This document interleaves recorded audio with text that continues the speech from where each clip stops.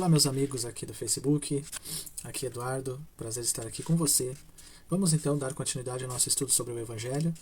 Nós falamos sobre a segurança da salvação e nessa oportunidade vamos estar continuando falando sobre as evidências da conversão, ok? Então, se você tem alguma dúvida ou gostou do vídeo, eu peço que você curta e comente.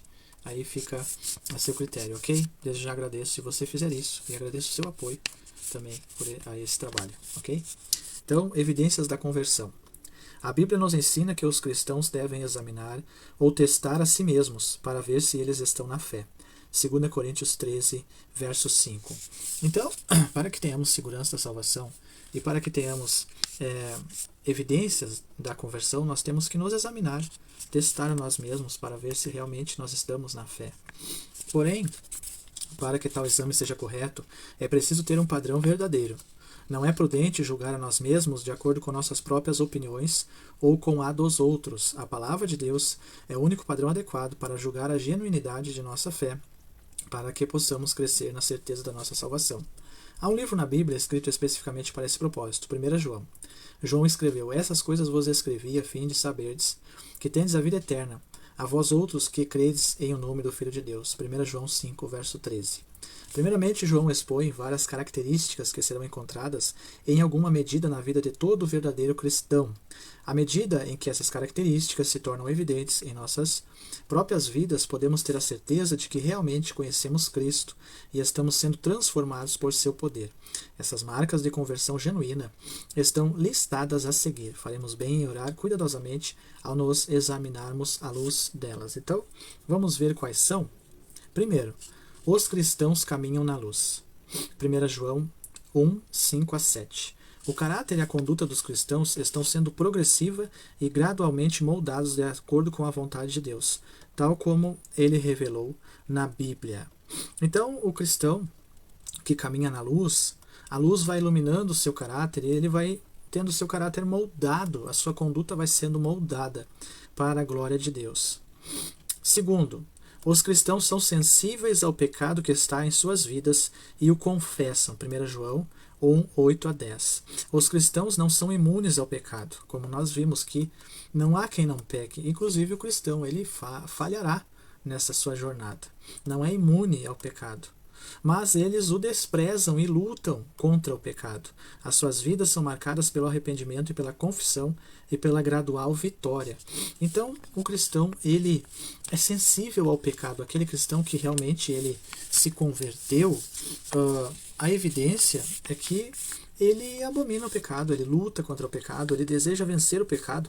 Quando ele falha, e todos nós falhamos todos os dias, mas a tendência é um processo contínuo de aperfeiçoamento durante os anos, o Senhor vai dando graça para que nós vamos nessa jornada cada vez mais nos afastando do pecado e nos achegando ao Senhor pela sua graça, sua capacitação.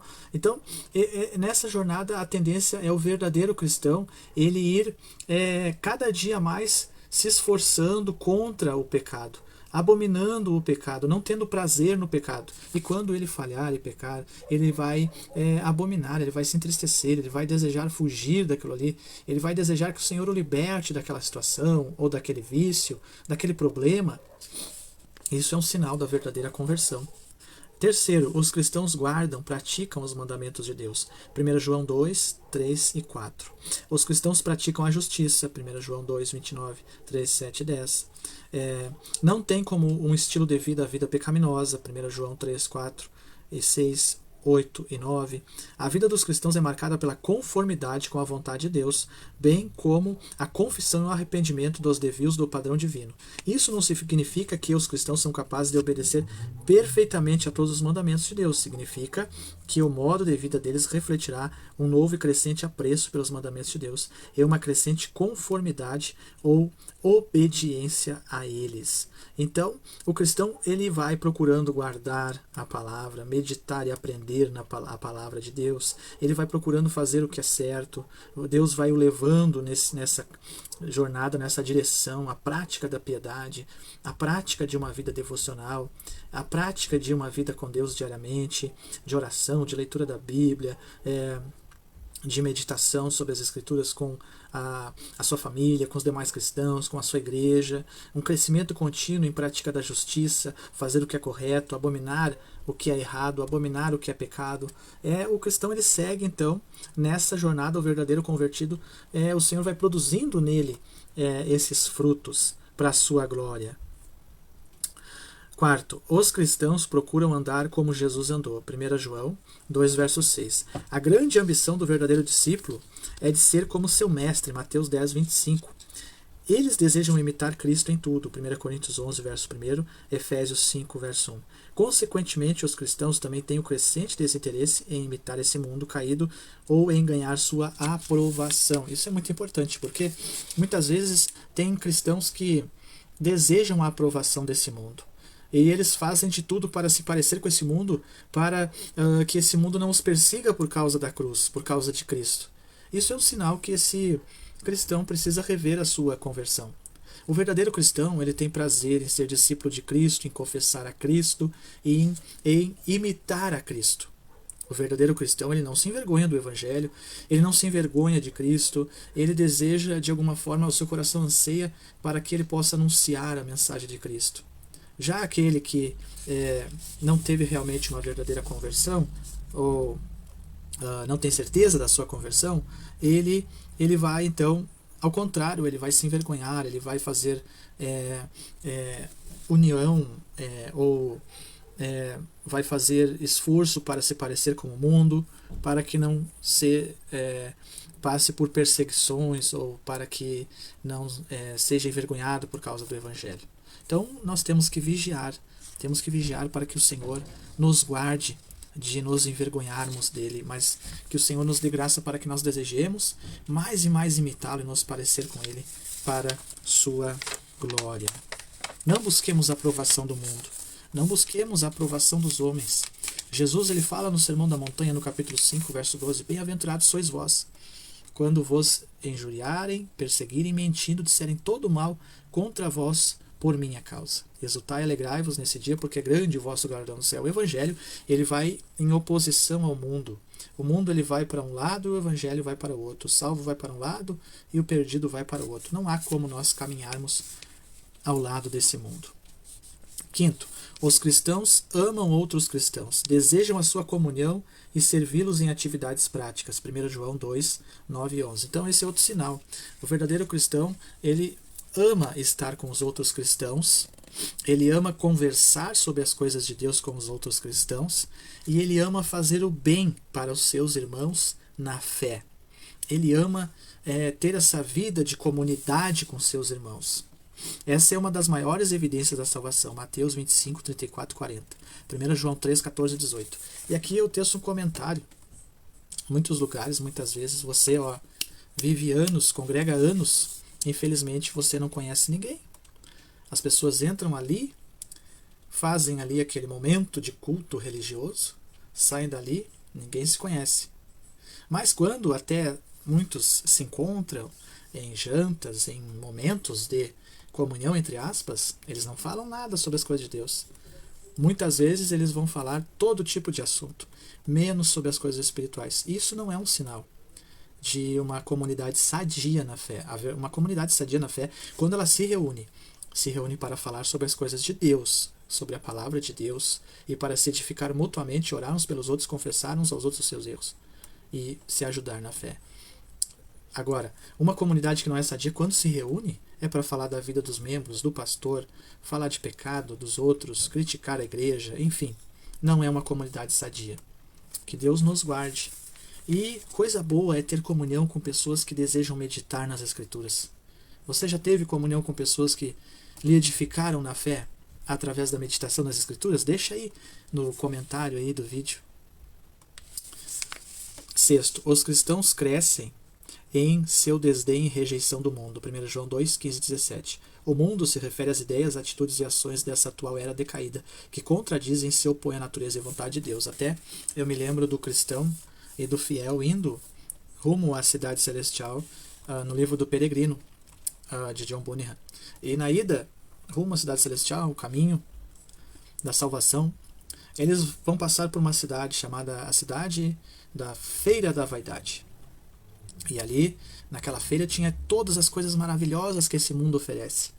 Tudo aquilo que Satanás ofereceu para Jesus lá no monte, mostrando-lhe os reinos e a glória deles, tinha nessa cidade. E a cidade queria vender para cristão e fiel. Comprem as nossas coisas que estão sendo ofertadas. Temos muitas coisas maravilhosas. Comprem, aproveitem. E cristão e fiel disseram assim: nós não queremos nada dessa feira de vocês da vaidade. Nós estamos indo rumo à cidade celestial e nós somente queremos comprar a verdade. Vocês têm para vender? E aí foi um impacto para aquela feira da vaidade, porque os produtos, dentre os produtos, não tinha o produto chamado a verdade. Por quê? Porque a feira da vaidade pertencia ao pai da mentira. E ali eles resistiram. Por quê? Porque eles não queriam nada do mundo. Eles não desejavam nada aqui dessa terra, mas o olhar deles estava fixo na cidade celestial, fixo no seu Senhor e na nova vida que o seu Senhor havia dado a eles. Eram peregrinos nessa terra, rumo à cidade celestial. E eles tinham tudo, eles não precisavam de mais nada. O cristão que tem Jesus na sua vida, ele não precisa de mais nada, ele tem tudo. Pense bem, Cristo é tudo. Se tivermos Cristo, nós temos tudo. Sem Ele, não temos nada. Os cristãos perseveram nos ensinamentos e práticas da fé, e de uma vez por todas foi transmitida à igreja através de Cristo e seus apóstolos. 1 João 2, 19, 24 e Judas, capítulo 1, verso 3. Os cristãos são ensinados por Deus. Jeremias 31, 34, João 6, 45. E não são desviados por todo o vento de falsa doutrina. Efésios 4, 14. Então, o verdadeiro cristão, ele persevera firme na fé. Ele não se desvia nem para a direita nem para a esquerda. O Senhor o guia na verdade até o fim. Os cristãos se purificam, 8º, 1 João 3 e 3. Eles procuram crescer em santidade, que é a pureza moral. 2 Coríntios 7, verso 1, fugir da prostituição. Todo pecado que o homem comete contra o seu corpo, ele comete contra si mesmo. Cuidado, o cristão ele se purifica disso. 1 Timóteo 4 e 7, 1 Pedro 1, 14 e 16. Isso envolve não apenas a separação do mal, mas também uma aproximação de Deus e um apegar-se ao que é bom. Então cuide do seu corpo. Fuja da prostituição, da pornografia. Se você tem esse problema, peça para Deus lhe libertar. Se esse pecado lhe aflige, peça para o Senhor cuidar de você, lhe guardar e lhe libertar, pois o seu corpo é templo do Espírito Santo. Cuidado com as redes sociais, cuidado com a internet, com os sites. Peça para o Senhor graça, confesse o seu pecado para alguém, peça oração para alguém de confiança. Fuja disso. O verdadeiro cristão se purifica. Quantos que estão caídos por causa desse pecado? Que Deus nos guarde. Que Deus tenha misericórdia. 9. Os cristãos creem e confessam que Jesus é o Cristo, o Filho de Deus e o Salvador do mundo. 1 João 2, 22, 23. 4, verso 2, 13 e 15. A grande e única esperança da salvação dos cristãos está na pessoa e obra de Cristo. Eles creem no testemunho da vida eterna que Deus lhes dá através do seu Filho, Jesus Cristo. 1 João 5, 10 a 12. Então, o cristão, qual é o centro da mensagem do cristão? Qual é o centro da vida do cristão, da pregação do cristão? O verdadeiro salvo, a pregação dele é centrada em Cristo. É cristocêntrica a mensagem. E você vai viver a vida toda estudando o Evangelho, pregando o Evangelho, e como diz um grande pregador, Paul Washer, você não chegará a 10% do que é o Evangelho. A eternidade não bastará para nos revelar a grandeza do Evangelho, o amor de Deus pela humanidade, na pessoa bendita de Jesus Cristo. O cristão ele tem prazer em anunciar e confessar que Jesus é o Cristo, é o Messias verdadeiro. E 10º, para encerrar, então o vídeo se alongou um pouco, mas é que o assunto era um pouco mais longo. Os cristãos estão sujeitos à disciplina amorosa e paternal de Deus. Hebreus 12, versos 5 a 11. Deus não permitirá que seus filhos continuem em imaturidade e desobediência, mas irá discipliná-los a fim de que compartilhem a sua santidade e manifestem o fruto da justiça. Essa é uma das grandes marcas ou características da verdadeira conversão. Então, o cristão ele falha, ele peca, ele cai muitas vezes. E nesse momento, o verdadeiro eleito ele recebe uma punição, um castigo de Deus. Deus disciplina aqueles aos quais ele ama e aqueles aos quais ele tem por filho. E o verdadeiro cristão ele tem discernimento, que a disciplina, a aprovação, que está vindo sobre sua vida é permissão de Deus para que ele seja aperfeiçoado. Não é culpa do diabo, não é culpa do fulano, beltrano, ciclano. Muitas vezes Deus está permitindo todo um contexto de sofrimento para que essa pessoa ela reconheça os seus pecados e se volte a Deus arrependida, porque ele é um eleito, ele é um chamado. E Deus fará com que ele se firme, porque ele é poderoso para fazê-lo e porque ele chamou essa pessoa. Então nós vimos aqui 10 características, evidências da conversão. Se você gostou, então curta, compartilhe, comente. E até o próximo vídeo, se assim nos permitir o Senhor. Um abraço, Deus abençoe. Fala, meus amigos aqui do Facebook, aqui Eduardo, uma alegria estar com você para meditarmos na Palavra de Deus. Estamos vendo sobre o Evangelho do Senhor Jesus Cristo, uma série que traz aí os princípios fundamentais do Evangelho, tão necessários para os nossos dias. Vimos então sobre as evidências da conversão. Foi um pouco longo e extenso o vídeo, porque o assunto era por demais maravilhoso e é um assunto inesgotável. Não podemos esgotar o assunto do Evangelho de forma alguma. E o cristão, ele não enjoa do Evangelho também, ok? Desde já eu peço que você curta, compartilhe, comente esse vídeo. Me acompanhe aí, eu sempre, pela graça do Senhor e seu favor, estarei postando conteúdo bíblico aqui na rede social para a glória do Senhor, desejando que essa mensagem possa chegar a alguém que necessite. Uma mensagem não minha, mas do Senhor. Algo que não provém de mim, mas do Senhor. E assim, com certeza, você compartilhando esse vídeo, você pode alcançar também mais pessoas.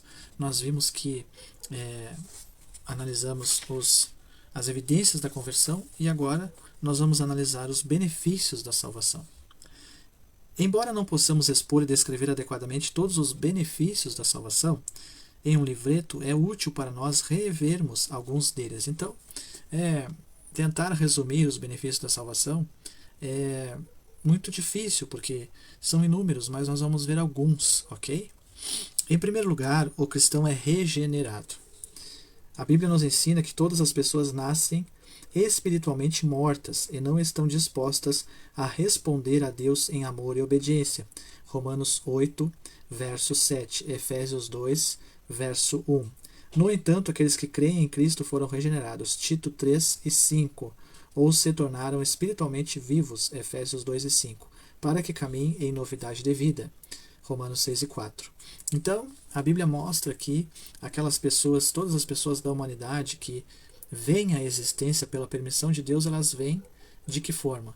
Elas vêm de uma forma caída, sua natureza é caída, elas estão perdidas, porém, quando elas têm a fé no Senhor para a salvação, então elas são regeneradas, elas são transformadas. O crente é uma nova criatura com um coração novo e se deleita em Deus e deseja agradar a Ele. Isso é o verdadeiro significado da frase nascer de novo. João 3,3. Veja também João 13,5 e 1 João 5,1. Não mudamos apenas nossa mente. Deus mudou nossa própria natureza. Então o sentido da regeneração é esse. A nossa natureza foi mudada por Deus. Não foi uma obra nossa. Não foi uma obra de nós fazermos isso pela nossa força, mas veio do Senhor e é um benefício da sua salvação. Ok? Então um dos benefícios da salvação é a regeneração. Bendito seja o Senhor pela regeneração. Isso não vem de nós. Foi Ele que operou. Em segundo lugar, o cristão é justificado diante de Deus. Romanos 5, verso 1. Sendo, pois, justificados pela fé, temos paz com Deus. Estávamos como inimigos antes da justificação pela fé, mas agora nós fomos reconciliados com Deus. Temos paz com Deus, nos tornamos agora amigos de Deus. Como? Pela justificação, através de Cristo Jesus, através da fé no Senhor Jesus. Ok? Isso significa que não somente somos perdoados de todos os nossos pecados, passados, presentes e futuros, mas também que a vida perfeitamente justa de Cristo é imputada a nós, ou creditada em nossa conta. Embora ainda iremos lutar contra o pecado e fracassos frequentes, Deus declarou legalmente que estamos quites para com Ele, e Ele nos trata dessa maneira. Romanos 8, 33, 2 Coríntios 5, 21. Então, a humanidade perdida está condenada, digna de morte eterna. está em dívida, pois pecou contra Deus. Desde o pecado de Adão, toda a humanidade herdou esse pecado e a queda, e sua natureza está corrompida, em dívida para com Deus. Cristo paga essa dívida. E aquele que crê no Senhor Jesus é justificado, tem a sua dívida então perdoada, é reconciliado com Deus. E Deus olha para ele por Cristo e aceita o sacrifício de Cristo pela vida dessa pessoa, reconciliando essa pessoa consigo. Ok? Em terceiro lugar, o cristão foi adotado. Deus é o Criador soberano e juiz de toda a humanidade. Para nós que cremos, no entanto, Ele também é nosso Pai. Gálatas 4 e 5. Efésios 1 e verso 5. Por meio da fé em Cristo, fomos adotados na família de Deus e nos beneficiamos de todos os privilégios da filiação. João 1,12. Embora possa parecer maravilhoso demais para ser verdade, Deus nos ama como ama seu próprio Filho, João 17:23, e nos dá seu Espírito como garantia da nossa futura herança.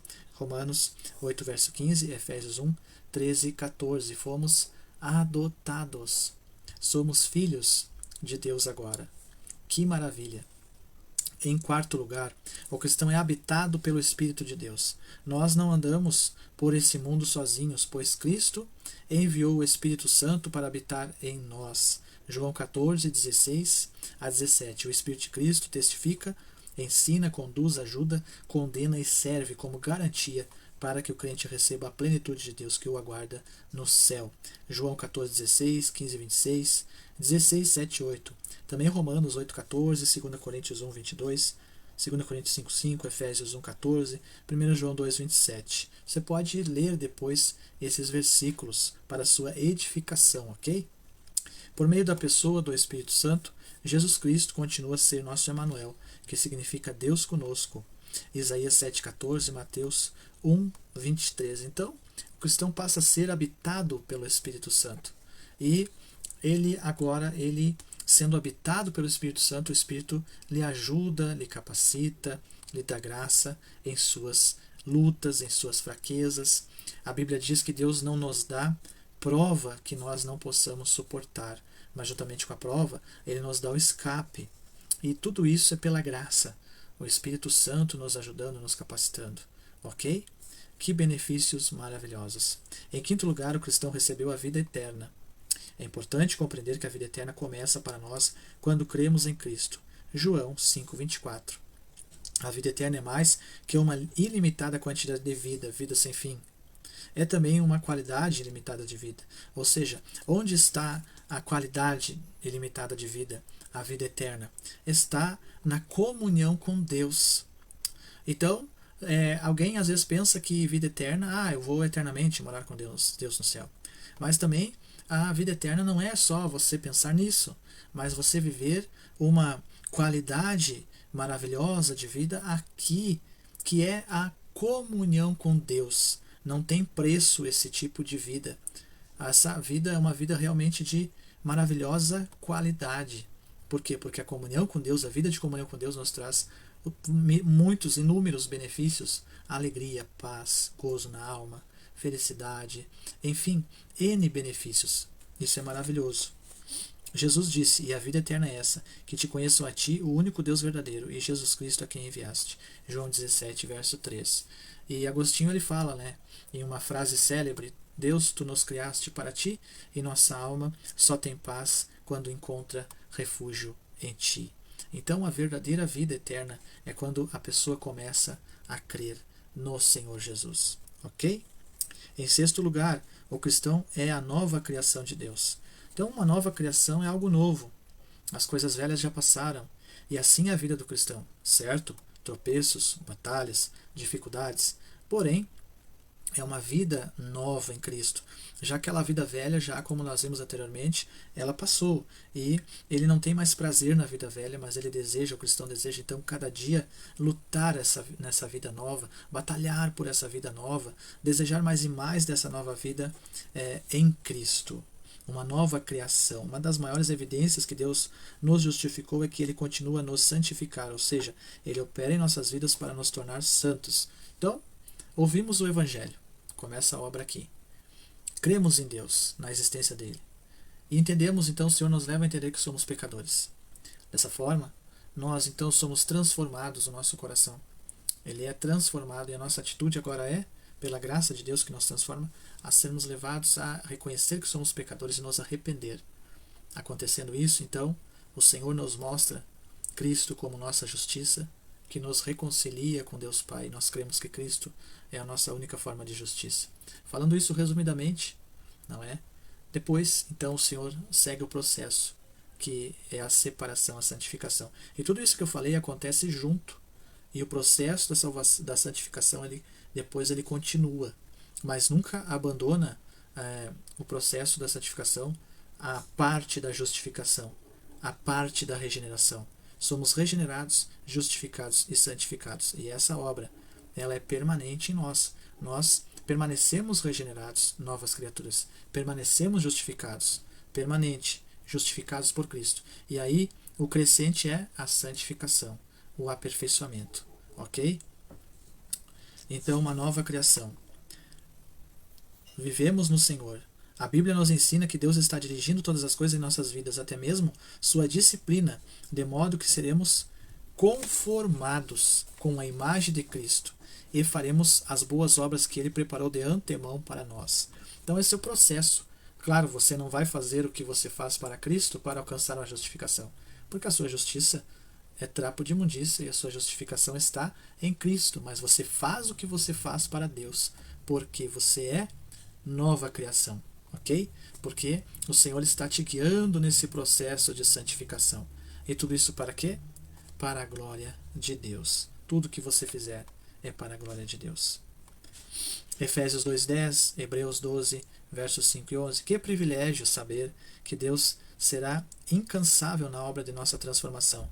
O apóstolo Paulo escreveu que ele estava plenamente certo de que aquele que começou a boa obra em nós há de completá-la até o dia de Cristo Jesus. Filipenses 1, verso 6. Então, Deus, ele começou a boa obra, ele vai aperfeiçoando até o grande dia que ele nos chamar, ok? Então, o trabalhar divino na vida do cristão é constante, independente da situação que ele passe, do momento que ele passe. E aqui eu relembro da vida do peregrino, o livro escrito por John Bunyan, onde cita a história do cristão que está saindo da cidade da destruição e indo para Nova Jerusalém, a cidade celestial. Ele passará por várias e várias situações. Situações de queda, de sofrimento, de angústia, muitas vezes em dúvida. Encontrará várias pessoas nessa jornada, muitos que colocarão a sua fé em dúvida, muitos que tentarão tirar ele do caminho. Em tudo isso, em todas as circunstâncias, nós vemos ali o trabalhar divino. E assim é na nossa vida.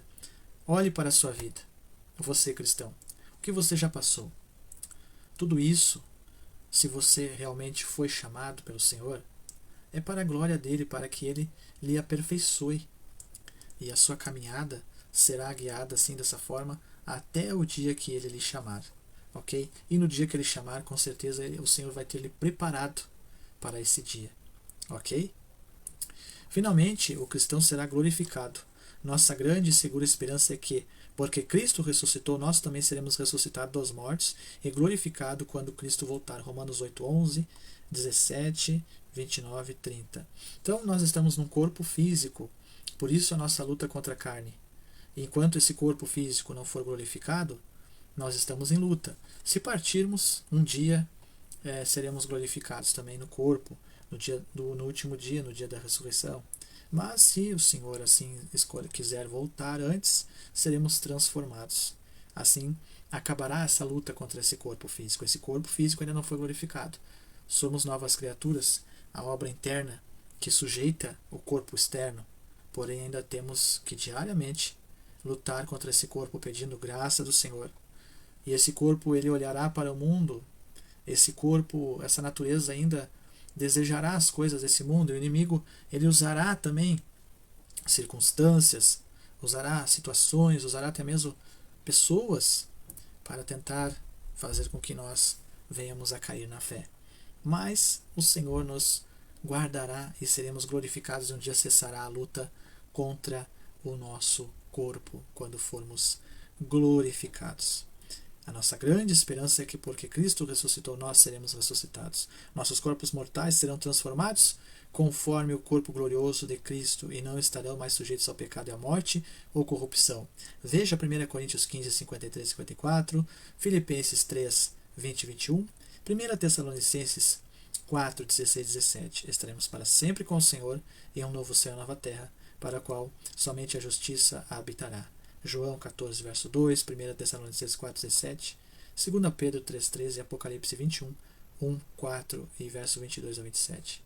Então, que maravilhas são os benefícios inúmeros da salvação na vida do salvo. Eu gosto muito dos benefícios de agora. Esse negócio de nós ficarmos olhando somente para o futuro é também maravilhoso. Mas nós temos que viver o agora em Cristo, com esperança sim no futuro, mas com a nossa consciência fixa no agora para não fracassar nas batalhas.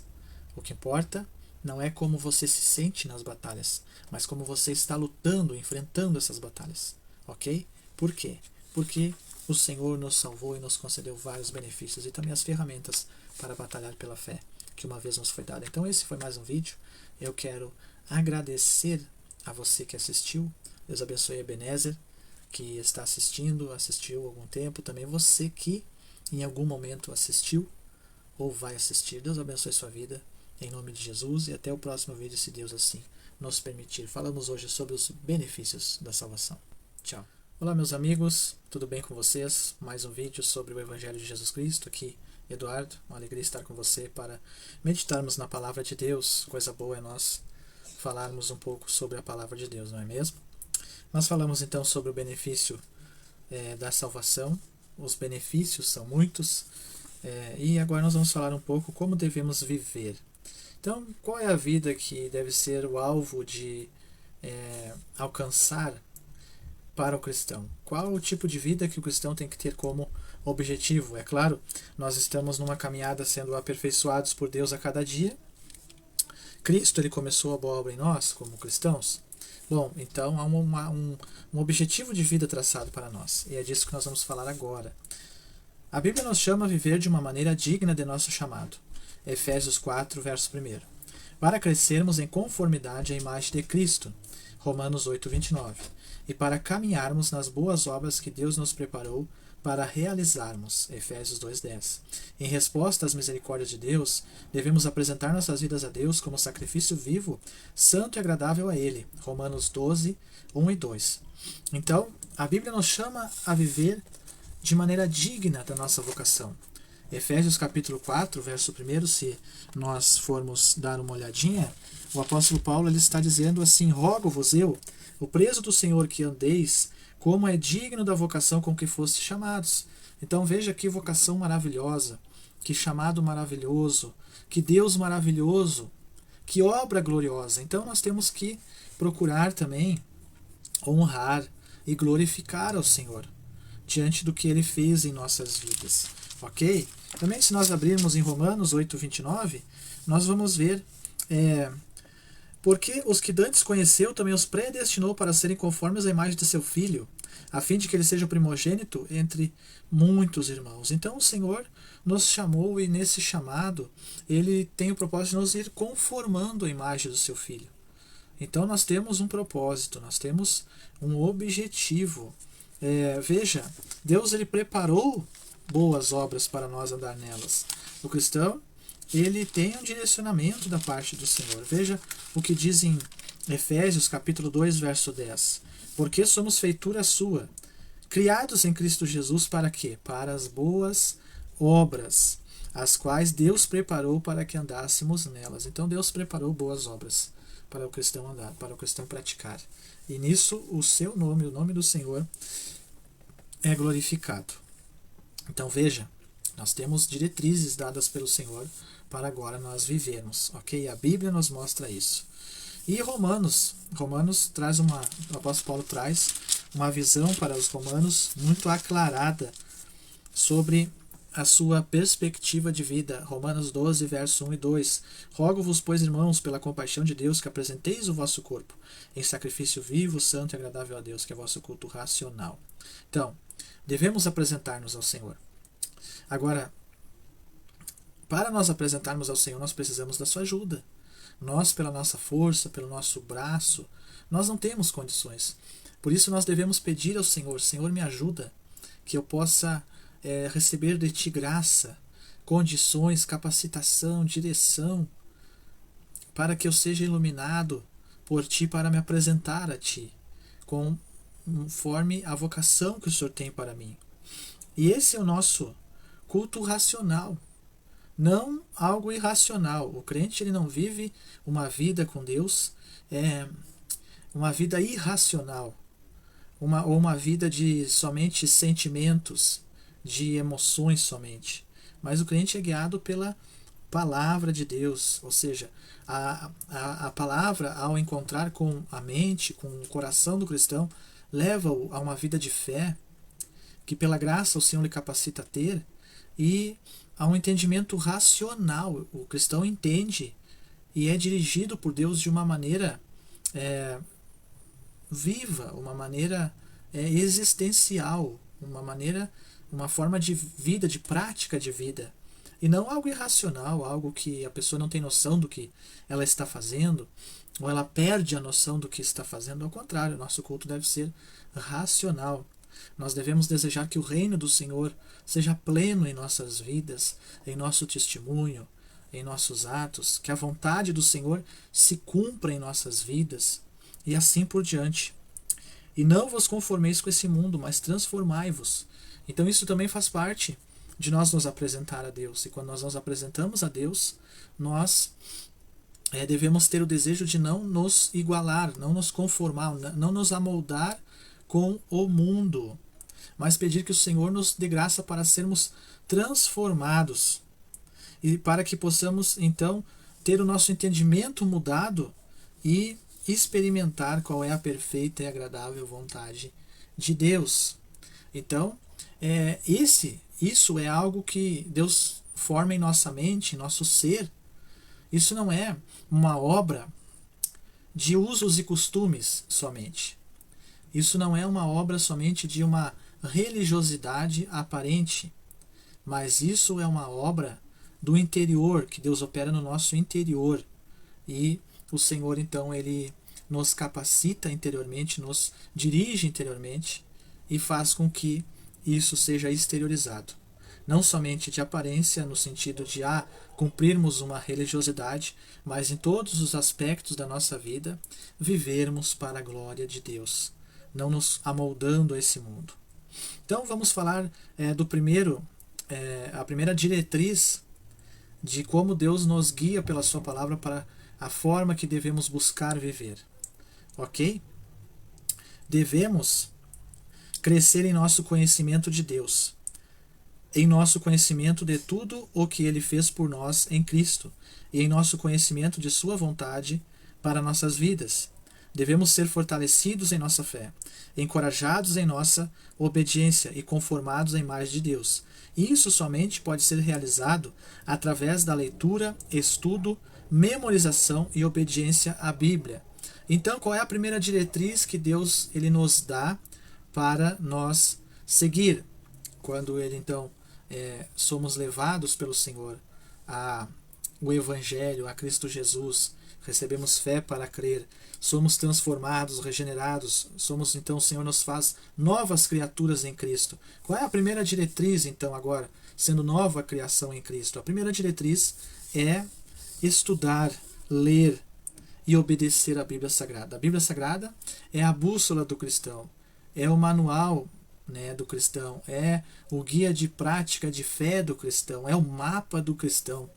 A Bíblia é o cajado do peregrino, é a espada do peregrino.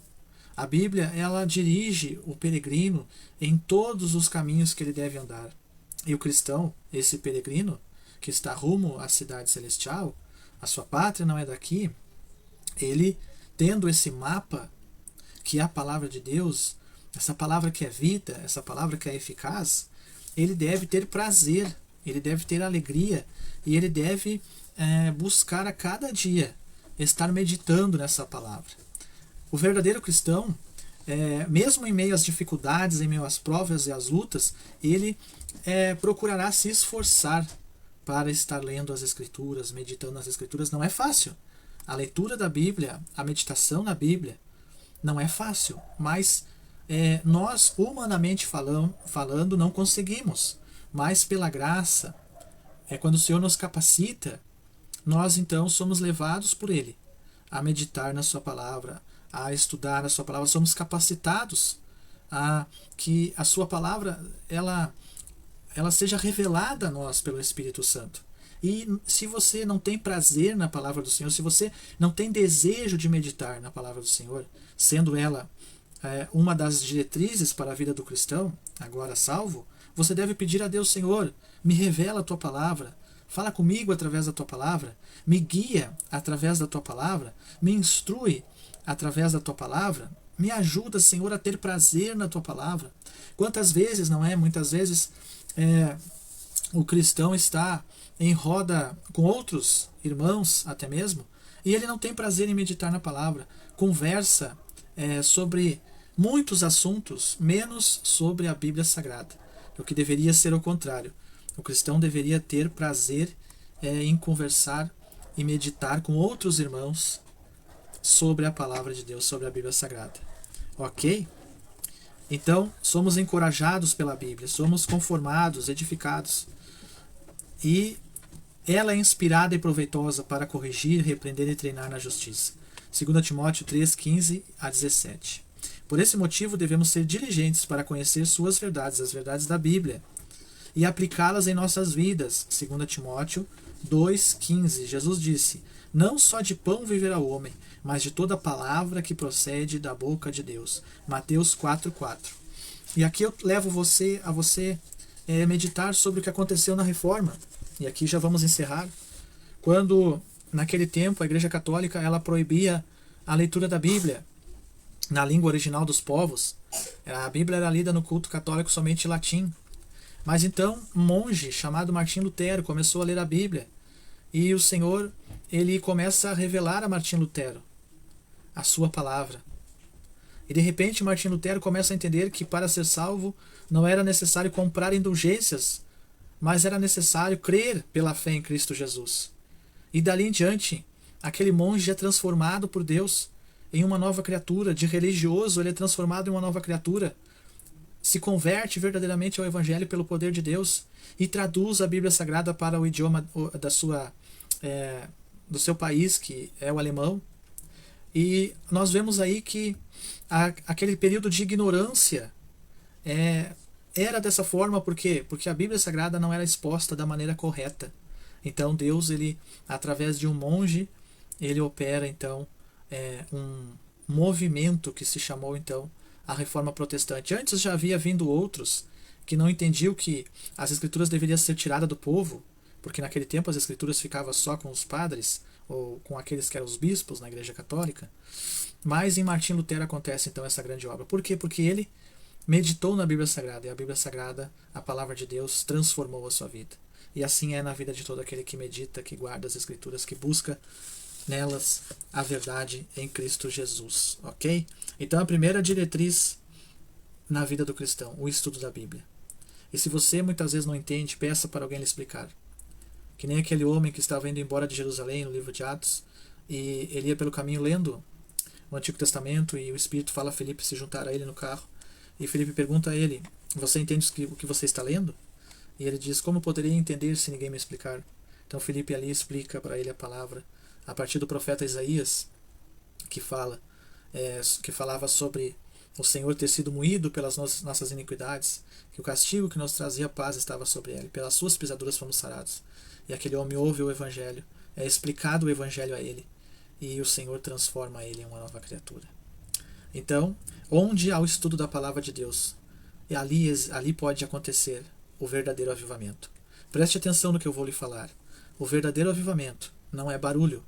O verdadeiro avivamento não vem através de gritos, de revelações, de coisas mirabolantes, de movimentos. O verdadeiro avivamento ele vem através do estudo das Sagradas Escrituras. Ok? Procure sempre uma igreja bíblica, uma igreja que expõe as Escrituras. Escute sermões bíblicos. Escute, medite na palavra. E com certeza o Senhor fará a grande obra de salvação na sua vida e completará ela para a glória do seu nome, ok? Deus abençoe você, Deus abençoe a minha tia Santa que estava assistindo, comentou, também o irmão Irani. Deus abençoe a todos que em algum momento vão assistir esse vídeo, que a palavra de Deus então seja uma diretriz para a sua vida, ok?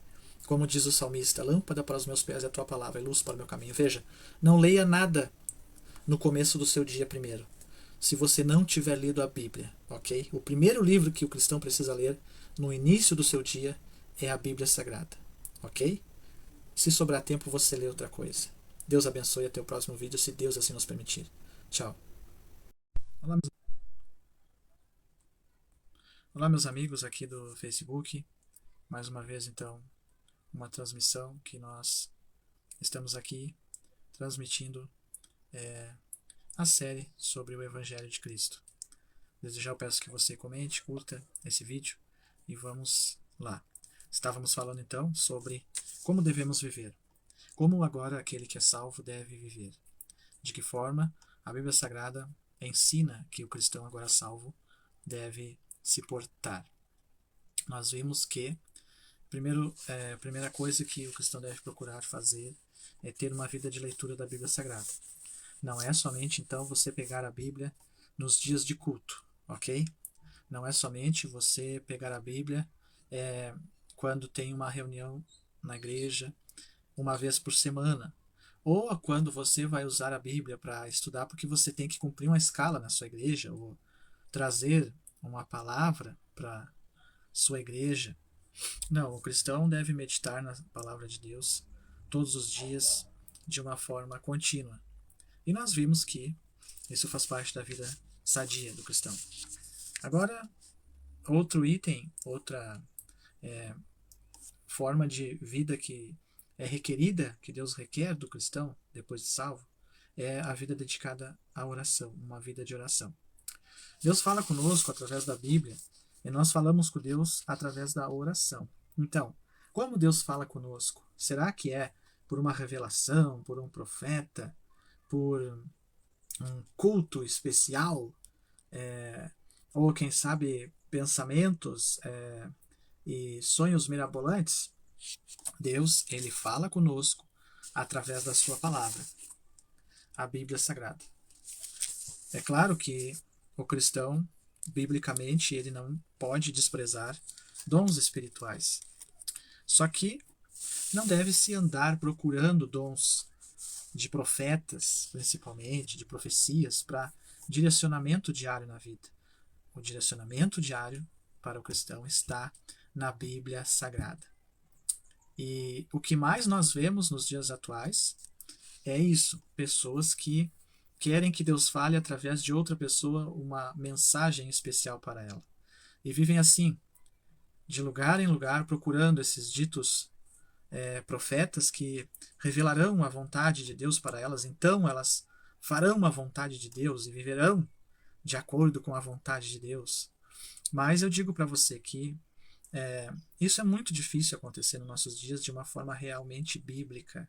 O que nós temos nos nossos dias são falsos profetas que enganam. E a maioria das coisas que eles falam são bajulações, palavras ao vento, que corações que estão carentes de Deus, sentimentais e muitas vezes cheios de pecados e com desejo de serem massageados nos seus egos, aceitam. Então, esse tipo de pessoa no cristianismo, ela procura esse dito profeta, esses profetas, e procura ouvir eles, porque essas pessoas não ouviram o evangelho verdadeiro e não entendem que Deus fala através da Bíblia. Para elas não é suficiente a Bíblia Sagrada como regra de fé e prática. Elas então procuram esse tipo de coisa, evidenciar esse tipo de coisa. Falamos com Deus através da oração. Nada podemos fazer por nós mesmos. João 15, 4 e 5. Jesus fala: sem mim, nada podereis fazer. Mas podemos nos tornar frutíferos ao depender do poder de Cristo e ao tornar nossas necessidades conhecidas a Ele em oração. João 15, verso 7, que nos diz o seguinte, o Senhor Jesus ali ensinando os seus discípulos. 15:7. Se vós estiverdes em mim, e minhas palavras estiverem em vós, pedireis tudo o que quiserdes, e vos será feito. Nisso é glorificado meu Pai, que deis muito fruto, e assim sereis meus discípulos. Então, devemos estar no Senhor e pedir ao Senhor em oração, apresentando as nossas necessidades diante dele, de uma maneira que lhe agrade. A vida de oração do cristão deve ser uma vida de oração com uma forma de orar bíblica também. A Bíblia é abundante em ensinamentos sobre a necessidade da oração, os benefícios da oração e as promessas de bênçãos a todos os que oram. Mateus 7:11, a palavra bem conhecida: pedi, dar-se-vos-á, batei e abrir-se-vos-á, buscai e achareis. Lucas 11:1-13, se não me falha a memória, Lucas 11:1-13 é o Senhor ensinando seus discípulos a orar o Pai Nosso, e depois o Senhor falando uma parábola sobre o amigo importuno. E o padrão de oração do cristão, o Senhor deixou ensinado aqui em Lucas e em Mateus, no capítulo de número, se não me falha a memória,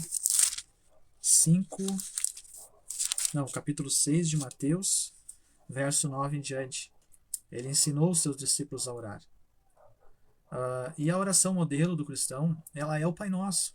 Mas não é o cristão repetir N vezes as mesmas palavras que Jesus repetiu e ensinou do Pai Nosso. Mas é o cristão ter como base de oração o que é os princípios que estão demonstrados ali na oração do Pai Nosso. Ok? Quando Jesus fala Pai Nosso que está no céu, ele está ensinando os cristãos a se dirigirem a Deus como o verdadeiro Pai, o Pai Celeste, o Deus Todo-Poderoso, a erguerem seus olhos para cima, contemplando a face do Pai Celeste. E por aí vai. Ele ensina também que os cristãos devem desejar que o nome do Senhor seja santificado. Ou seja, Senhor, santifica teu nome na minha vida, que eu possa viver de uma forma que glorifique o teu nome. E o Senhor vai ensinando: venha o teu reino. E aí tem muitos princípios que poderíamos aplicar, que o cristão deve buscar pôr em prática, para que o reino do Senhor se manifeste na vida dele. E em oração ele deve desejar isso, ok? A vontade, seja feita a tua vontade. No padrão de oração do cristão também, o cristão deve desejar e pedir ao Senhor: Senhor, guia-me na tua vontade, ensina-me a tua vontade, ajuda-me a aprender a tua vontade, e que o Senhor faça a tua vontade na minha vida, a cada dia. O pão nosso, a necessidade diária: Senhor, hoje eu tenho um dia de desafios, um dia de problemas, um dia de trabalho, eu te apresento esse dia, me livra do mal, do acidente, da tentação, da cilada. Também me sustenta com pão do céu nesse dia, pois nem só de pão viverá o homem, mas de toda a palavra que sai da boca divina. E ali o Senhor ensina também todos os dias nós pedir perdão dos nossos pecados.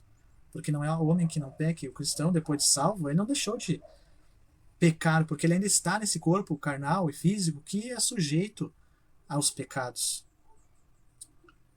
Assim como perdoou também. Aqui o Senhor ensina o cristão a perdoar também. Sempre que orar, perdoar aqueles que lhe ofenderam. Ok? E o pedido: não nos induzas à tentação, mas livra-nos do mal. Nesse mundo, nós, como cristãos, estamos todos os dias atreitos a enfrentar muitas tentações. E o cristão deve pedir: Senhor, me livra, me guarda das tentações, das ciladas. Por quê? Teu é o reino, o poder e a glória, para todos sempre. Ou seja, o Senhor está no domínio, o Senhor é rei, o Senhor reina entronizado. Esse é o modelo de oração que o cristão deve buscar desenvolver na sua vida. Nós vemos que muitas vezes as pessoas têm um modelo de oração de exigências. diante de Deus, parece que Deus deve a elas e tem que abençoar elas da maneira que elas querem. Mas não foi assim que Jesus ensinou. Jesus ensinou o cristão a ser dependente da vontade do Pai.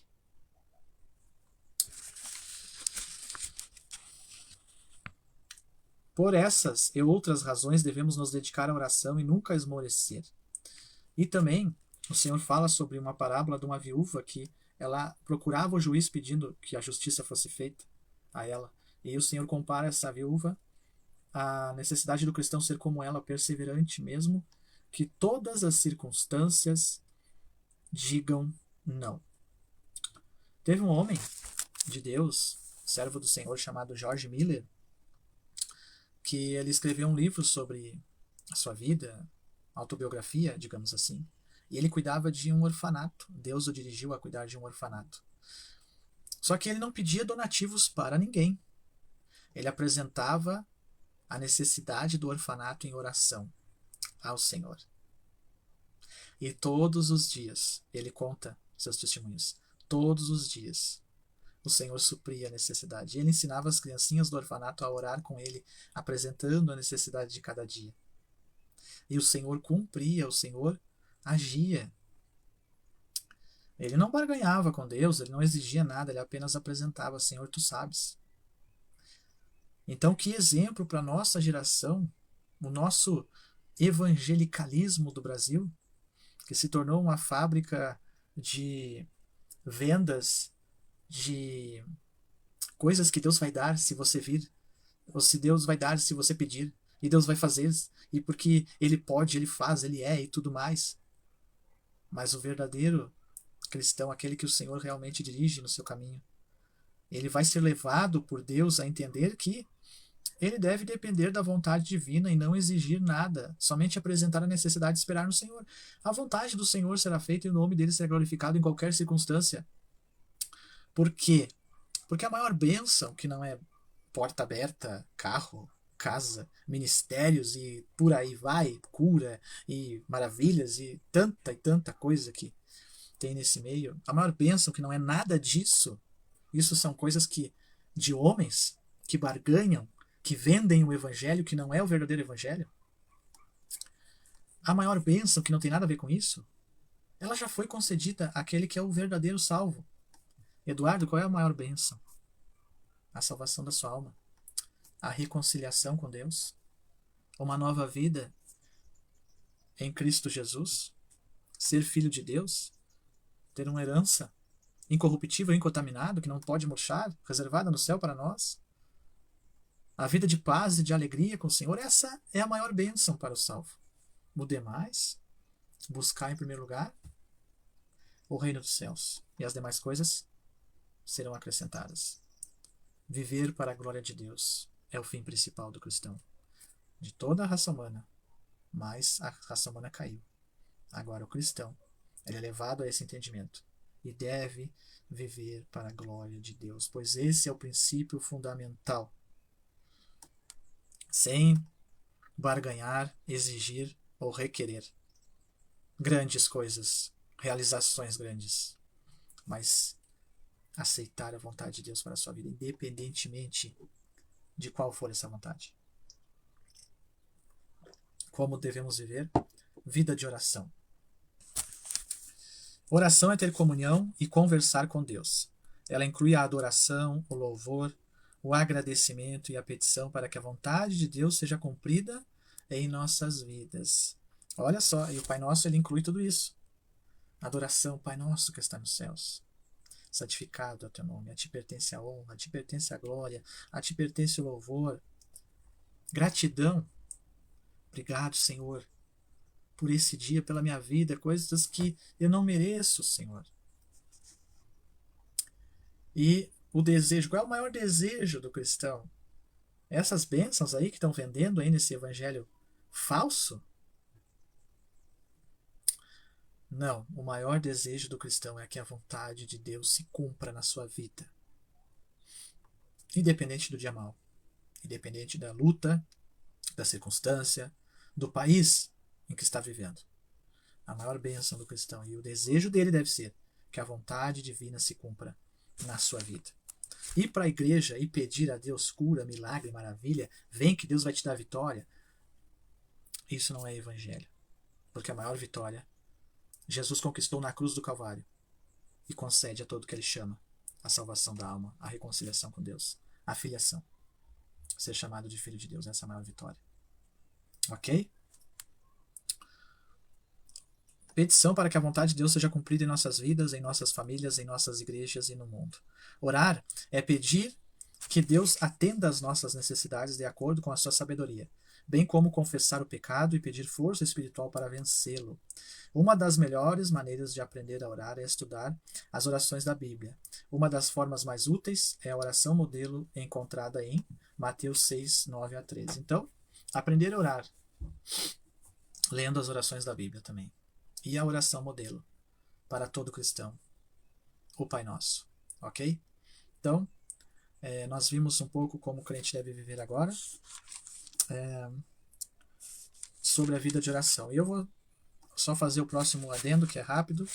Como o cristão deve viver agora, aquele que foi salvo, ele deve então também, além de ter uma vida de estudo da palavra, uma vida de identificação, de oração, ele deve agora então identificar-se publicamente com Cristo através do batismo, ou seja, descer as águas publicamente, confessando a sua fé em Cristo e sendo batizado para cumprimento das Escrituras, ok?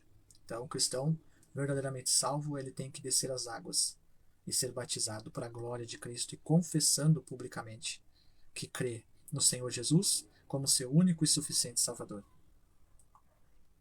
Somos salvos somente pela fé, mas Cristo ordena que aqueles que creem identifiquem-se publicamente com Ele e seu povo através do batismo. E vamos ler, né? É bom nós fazer leitura, Mateus, capítulo 28. Uma passagem bem conhecida, Mateus 28, verso 18 ao 20, que nos diz o seguinte: Chegando-se, Jesus falou-lhes, dizendo: É-me dado todo o poder no céu e na terra. Portanto, ide e ensinai todas as nações, batizando-as em nome do Pai, do Filho e do Espírito Santo, ensinando-as a guardar todas as coisas que eu vos tenho mandado. E eis que estou convosco todos os dias, até a consumação dos séculos. Então, batizando em nome do Pai, do Filho e do Espírito Santo, mandamento de Cristo, identificação pública com a igreja, confessando que crê no Senhor Jesus, ok? Então esse foi mais um vídeo que falamos um pouco como o cristão deve viver, uma vida dedicada à oração, identificação pública com Cristo através do batismo. Até o próximo vídeo, se Deus assim nos permitir. Curta, compartilhe e comente. Em nome de Jesus, ok? Um abraço para você. Tchau. Olá, tudo bem? Bem-vindos a mais um vídeo. Aqui Eduardo. Uma alegria estar com você para meditar na Palavra de Deus. Estamos então estudando um pouco sobre o Evangelho de Jesus Cristo nessa série. E nós falamos anteriormente na série sobre como devemos viver. Falamos um pouco sobre que o cristão deve viver estudando a palavra, dedicação à oração. Falamos um pouco sobre também a necessidade do cristão descer as águas batismais, uma identificação pública, não é? Se batizando ali nas águas. E agora nós vamos dar continuidade, então, falando um pouco sobre o cristão ser membro de uma igreja local. Muita gente hoje em dia fala assim que crê em Deus e não precisa ir para uma igreja.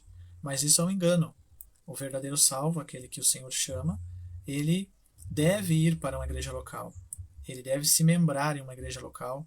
Ele deve ter comunhão com os irmãos, buscar alguém para ser discipulado, aconselhado, ensinado, instruído, ter irmãos a quem prestar contas e também ajudar outros irmãos também na caminhada cristã.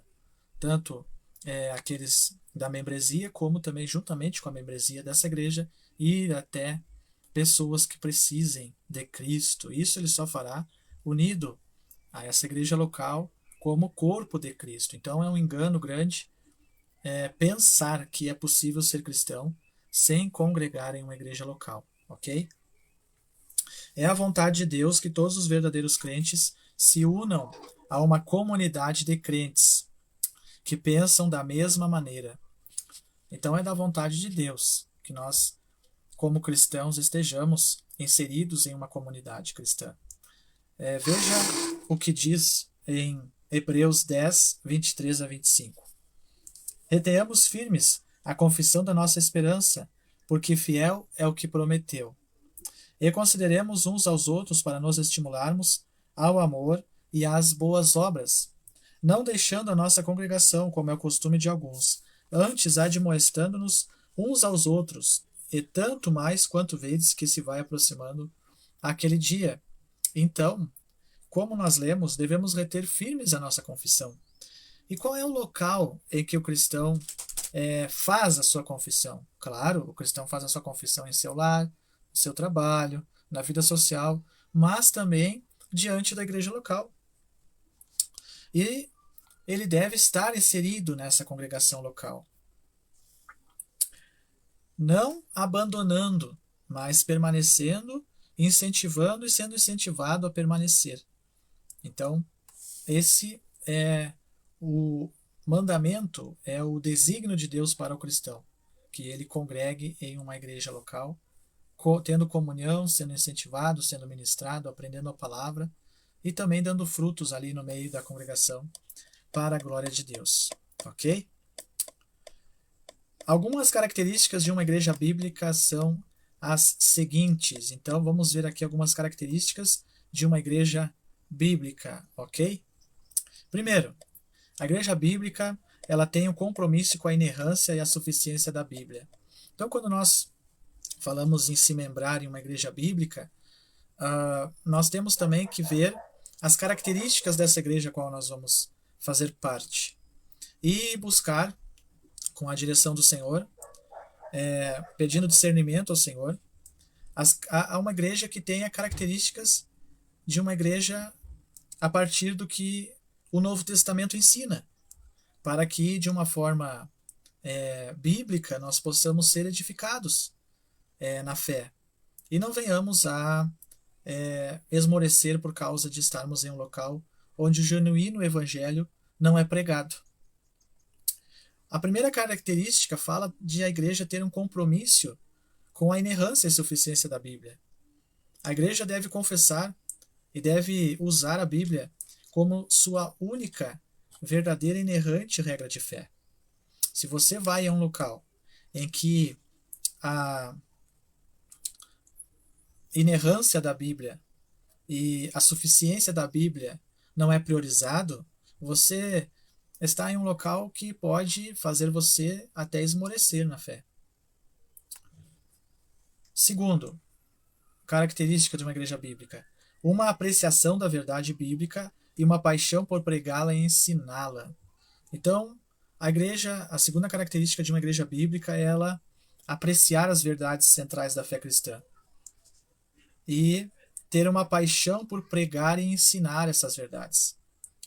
Os fundamentos da fé cristã: pecado, perdão, arrependimento, salvação, cristologia, pessoa e obra de Jesus Cristo. Uma igreja bíblica, ela tem paixão e desejo por pregar e ensinar essas verdades. Ela procura se manter nessas verdades.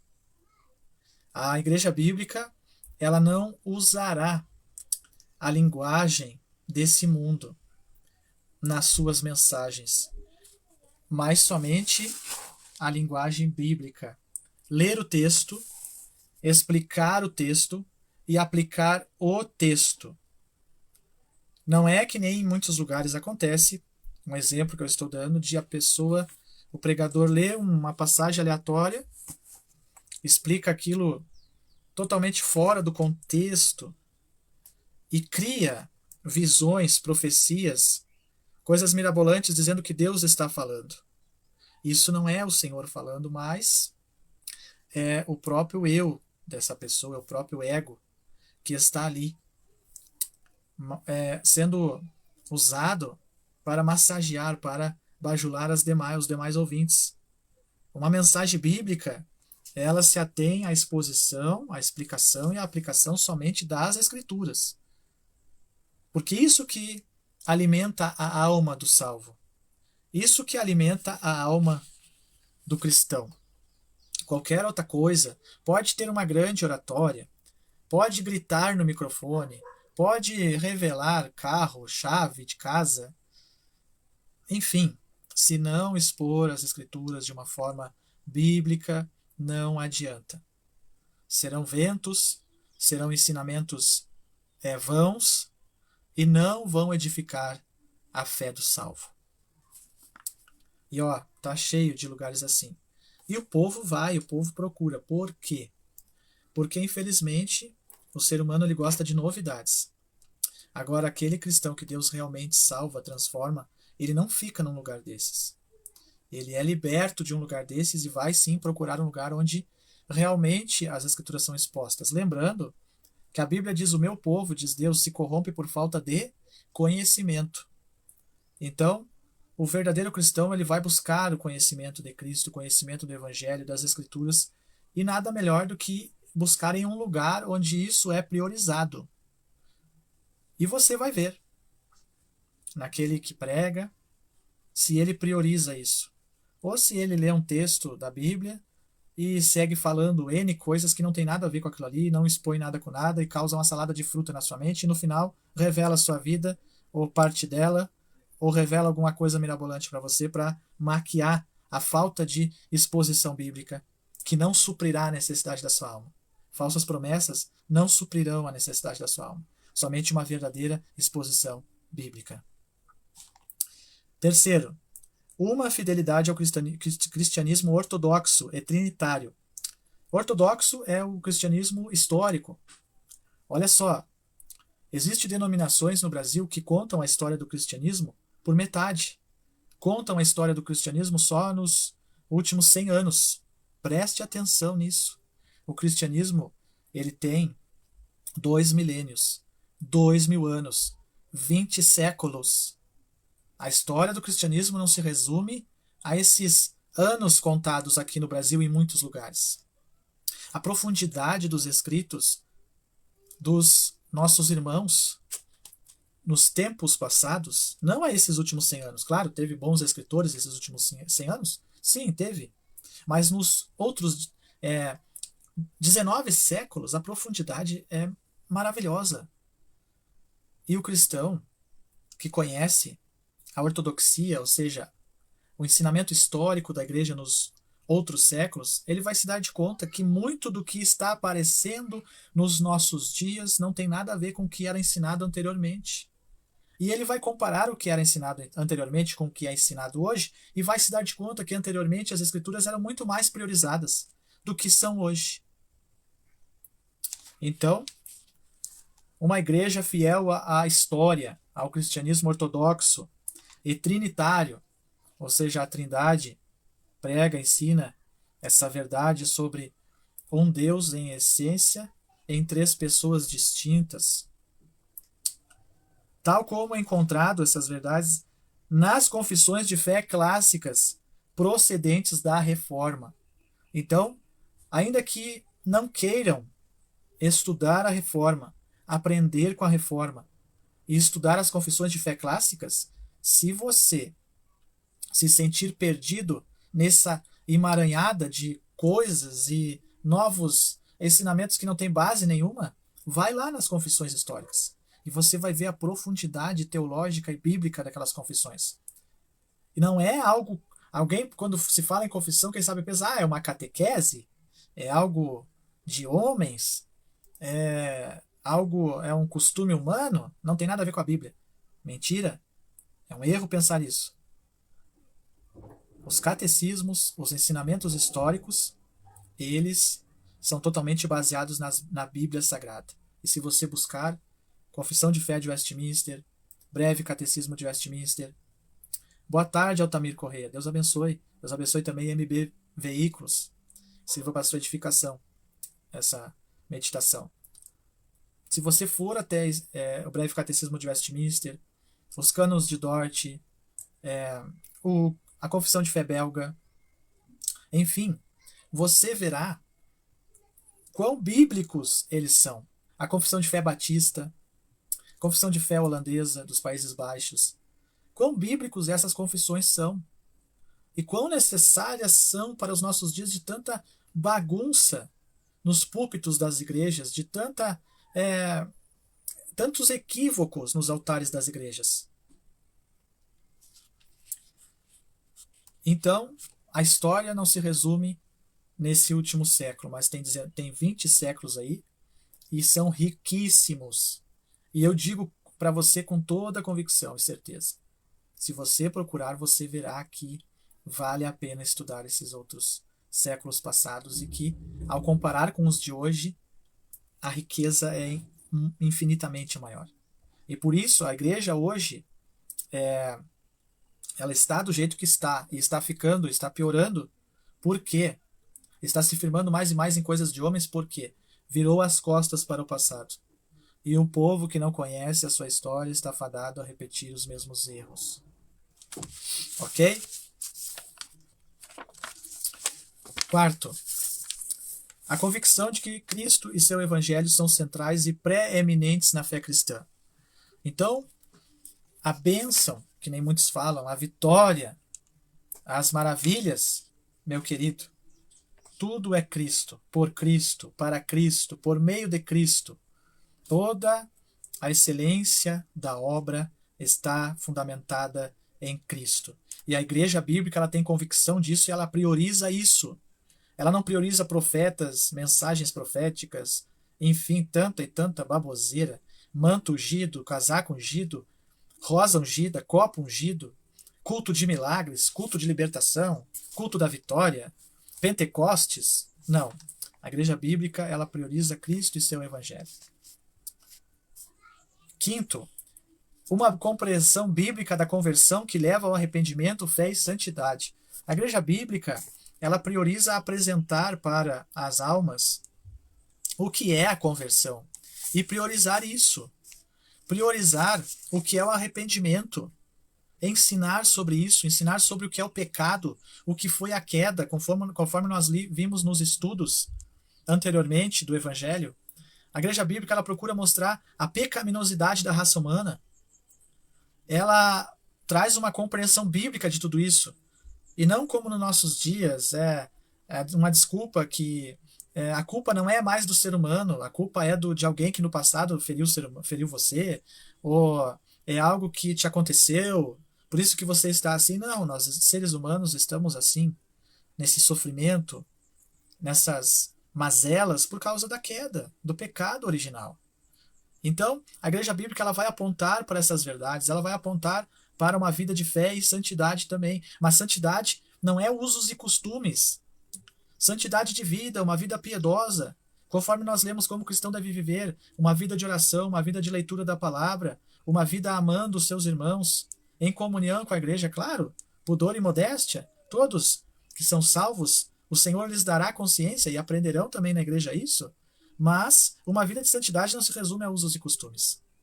E a igreja bíblica priorizará isso e ensinará isso conforme as Escrituras.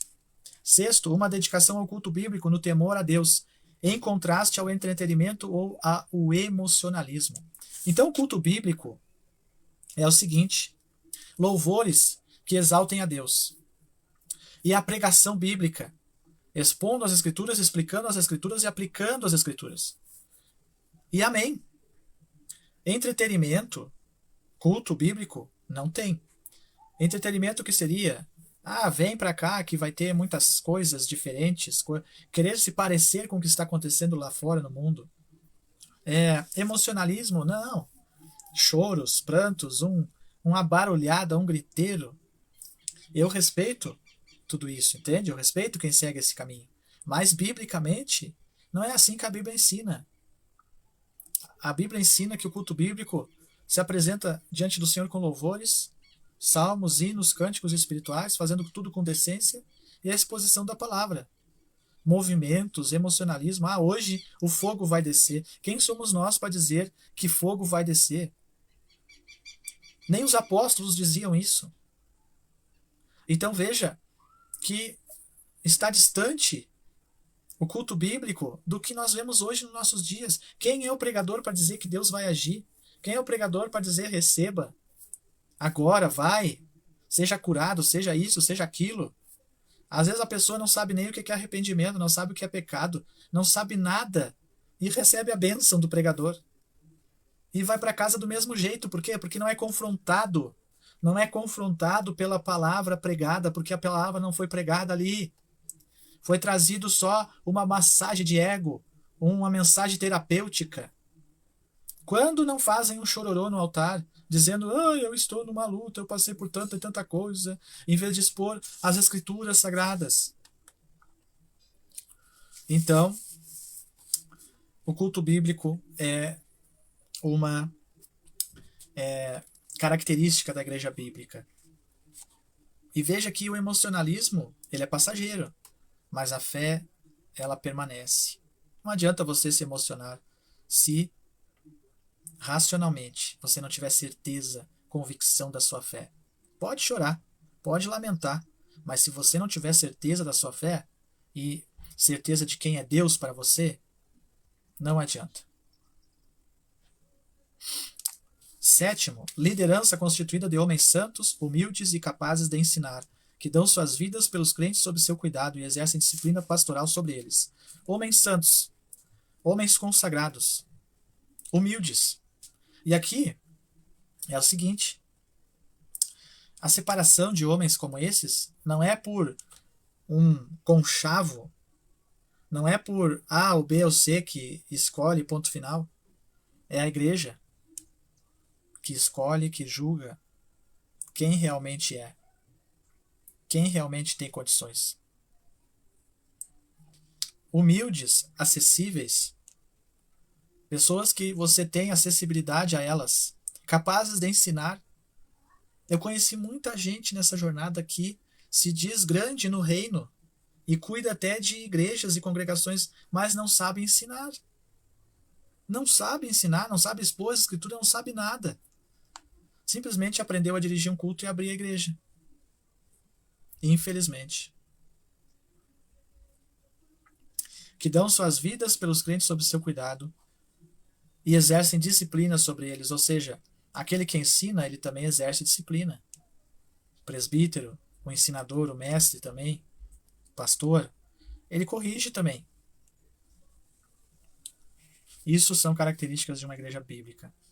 Um pastor não é aquele que se disseram para ele que ele é pastor e ele se auto-consagrou pastor, ou um conchavo por essa pessoa ser periodicamente não faltar culto ano após ano e ser muito chegado da chefia dos grandão, ele se torna então, ele é chamado para ser um pastor, porque é chegado, porque fala a mesma língua. Não, pastor bíblico, ele fica anos estudando, ele estuda, ele vai para o seminário, ele aprende as escrituras, ele realmente espera em Deus para ter o seu chamado aperfeiçoado e confirmado, e depois ele vai até uma igreja sendo levado para ver se a igreja vai aceitá-lo. Um presbítero, um obreiro da igreja, ele vai conviver com os demais presbíteros, se ele é candidato ao presbitério, e vai conviver e aprender com esses presbíteros e ver se realmente ele tem um chamado. E só depois, se realmente foi confirmado durante anos, ele será apresentado em votação para a igreja ver se ele tem condições de ser. Por quê? Porque a obra de Deus, a igreja é santa, não é de qualquer forma ou de qualquer maneira. Todo cristão ele pode fazer a obra do Senhor. Agora, exercer um cargo de autoridade como esse, não é de qualquer maneira. Por isso que o evangelho está do jeito que está. Por isso que o evangelho está tão vulgarizado por causa desse modelo aí. Qualquer um é obreiro, qualquer um é pastor, qualquer um chega no púlpito e fala meia dúzia de palavras de ordem e faz um griteiro, e já é o fulano de tal, ou revela e faz e acontece lá. Não tem nada das escrituras ali, não tem nada do evangelho ali, mas o povo elege o seu bezerro de ouro ali e acredita em tudo que ele fala. Por quê? Porque não são confrontados pelas escrituras, não entendem realmente o evangelho e seguem esses falsos profetas. E diz a Bíblia Sagrada que muitos dirão naquele dia, o Senhor fala, Senhor, profetizamos em teu nome fizemos maravilhas. E o Senhor dirá, em verdade vos digo que não vos conheci, apartai-vos de mim, vós que praticais a iniquidade. Oitavo, um compromisso com o aconselhamento bíblico e a disciplina da igreja. Então, uma igreja bíblica também tem esse compromisso com o aconselhamento bíblico. O que é aconselhamento bíblico? É você se reunir com alguém para esse alguém te ouvir e você ouvir também, e vocês mutuamente estudarem as Escrituras. Aconselhamento bíblico é você buscar um obreiro de confiança, um irmão de confiança, que seja versado nas Escrituras. E de confiança eu falo alguém que seja realmente testado pela igreja como de confiança e não vai sair falando da tua vida. E você apresentar para essa pessoa os seus problemas, essa pessoa te aconselhar, não segundo a terapia, não segundo a psicologia, mas te aconselhar segundo as Escrituras. Ok? Não segundo Freud, Freud e Jung, sei lá quem, mas segundo as Escrituras. Ok? Isso é o aconselhamento bíblico, isso é uma igreja bíblica. Hoje em dia a psicologia adentrou as portas das igrejas. Mas cuidado, você que tem deixado isso acontecer na sua igreja. Esse caminho é perigoso, esse caminho é humano, é a ciência humana. Cuidado com isso. Nada contra quem é psicólogo, nada contra pessoas. Mas, biblicamente, as Escrituras são suficientes para a alma do homem ser transformada. Nono, uma busca genuína por semelhança com Cristo, santidade e amor, com o reconhecimento de suas próprias deficiências, uma recusa em se exaltar sobre outras igrejas sãs e fiéis. Então, outra característica da igreja genuína, bíblica, é uma busca genuína pela semelhança com Cristo. E ali as pessoas reconhecem suas próprias deficiências, seja aquele que exerce alguma função ou aquele que não está ainda exercendo, todos reconhecem que são pecadores. Eu já vi muita gente que acha que, porque tem um cargo na igreja, é o rei da cocada preta. Não reconhece que é um pecador. Coloca uma capa e parece que é um santo. Na verdade, todos nós devemos reconhecer quem nós somos diante de Deus. Independente do lugar que Deus nos coloca para servi-lo. Por quê? Porque nós não somos merecedores de nada. E nós, o que servimos ao Senhor de bom não vem de nós, mas vem do Senhor. E somos o que somos pela sua capacitação em nossas vidas, pelo Espírito Santo. Toda honra e glória devemos transferir ao Senhor. E não nos exaltar, pensando que somos alguma coisa. 10º, um verdadeiro exemplar compromisso com o evangelismo e as missões. E outra coisa, a recusa em se exaltar sobre as igrejas fiéis é o seguinte, não ficar dizendo, a igreja deve fazer. Ou seja, não se exaltar querendo pensar que mas e olhar para as outras e dizer que é melhor, mas olhar para Cristo e dizer para as pessoas que estão ali, olha, o que é pregado aqui deve ser comparado com as Escrituras. Ok? E você comparando verá se aqui é bíblico, a nossa igreja é bíblica ou não. Um verdadeiro exemplar, então, compromisso com o evangelismo e missões. A igreja preocupada em evangelizar, em levar o evangelho. E por último, uma dependência de Deus manifestada em reuniões fervorosas e regulares de oração. Então também, na igreja bíblica, ela se reúne para orar.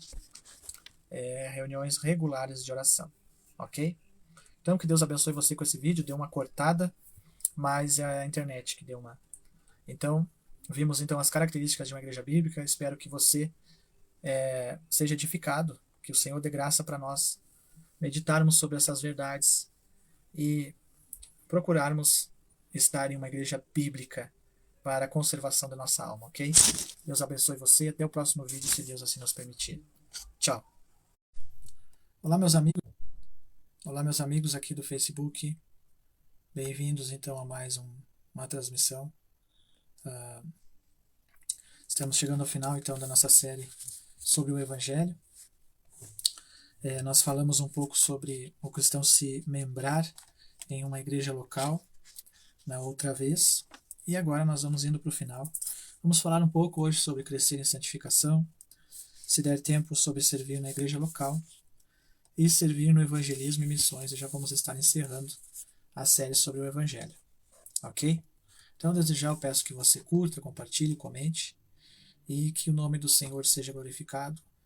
Pela sua graça, vamos então falar um pouco sobre crescimento em santificação. A Bíblia nos ensina que a santificação, nosso crescimento pessoal em santidade ou semelhança com Cristo, é a vontade de Deus. Então, depois que nós somos salvos, que o Senhor nos tira lá do mundo, e regenera nosso coração e nós somos levados ao arrependimento, crendo que Jesus Cristo é a nossa justiça através da fé e o nosso justificador, e somos então através dele reconciliados com Deus, logo após, então o Senhor vai nos guiar a uma vida de filiação e uma vida piedosa. E essa vida piedosa nada mais é que a vida de santificação. Santificação é um processo que inicia no momento que nós fomos salvos e ela prossegue em nossa vida sendo esse processo realizado até o dia que nós for levado para o céu. Até o dia que nós partir, que o Senhor nos levar, nós estaremos então passando pelo processo da santificação. A santificação é contínua, é um aperfeiçoamento diário. A regeneração e a justificação é um processo que aconteceu no momento que fomos salvos e é um processo que não muda. Estamos justificados em Cristo. Fomos regenerados e feitos novas criaturas. E ponto final. Agora, o processo da santificação é gradativo. Ele não foi algo que foi feito e acabou. Está completo. A justificação está completa. A regeneração está completa. Mas a santificação é um processo gradativo. Ok? E esse processo gradativo acontecerá até o dia da vinda do Senhor. E é um processo que é pela graça, pelo favor do Senhor, que o Senhor vai nos ajudando. Nós de nós mesmos, muitas vezes, nós não temos condições, nós não temos força, mas o Senhor que vai aperfeiçoando a sua obra em nossas vidas. 1 Tessalonicenses 4 e verso 3. Porque essa é a vontade de Deus, a vossa santificação, que vos abstenhais da prostituição. Então, a vontade de Deus é a nossa santificação. Hebreus 12, 14. Segui a paz com todos e a santificação, sem a qual ninguém verá a Deus. E 1 Pedro, capítulo de número 1 e verso 14 ao 16, que nos diz: como filhos obedientes, não vos conformando com as concupiscências que antes havia em vossa ignorância, mas começando aquele que vos chamou, sede vós também santos em toda a vossa maneira de viver. Porquanto escrito está, sede santos, porque eu sou santo. Então, é uma exortação do apóstolo Pedro ali, para que ali os irmãos buscassem se esforçar e se separar para o Senhor em uma vida piedosa. Para que isso se torne uma realidade em nossas vidas, devemos buscar a Deus através da leitura da Bíblia, oração, comunhão com crentes piedosos e abstenção de coisas pecaminosas desse mundo, para não nos contaminarmos com elas. E nós já falamos um pouco sobre uma vida de oração, uma vida de leitura da Bíblia nos outros vídeos, mas podemos falar um pouco sobre a comunhão com crentes piedosos. É necessário o cristão que quer crescer na graça e no conhecimento buscar pessoas que elas reflitam o Evangelho, reflitam a palavra de Deus em suas vidas, transbordem a palavra, tenham uma vida piedosa.